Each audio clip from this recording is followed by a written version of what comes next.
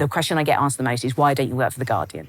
And I'm not going to change anyone's mind who reads The Guardian. And also, I think it's really good to be writing for an audience that a lot of the time, their first response would be to disagree with you. 90% of the energy that I put into a column is making sure that, particularly in that first paragraph, if it's something that I think you disagree with, in that first paragraph, I'm not going to make you feel uncomfortable.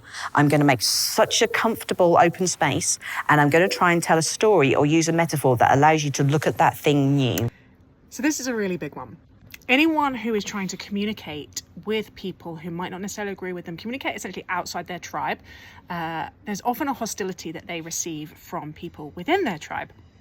Whether this is about your religious beliefs or your political beliefs, Caitlin obviously is seen as not sufficiently left-wing or progressive because she writes for a centre-right paper.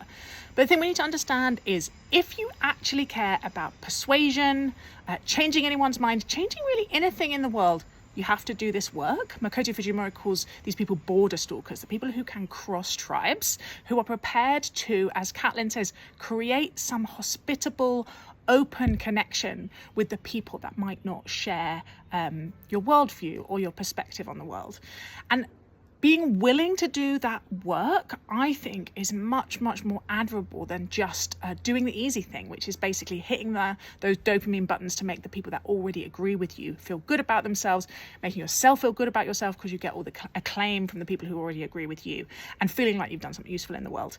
Caitlin and I aspire to be like this, and I'm not always, but I think we need more of us is trying to do something different, and it's really important.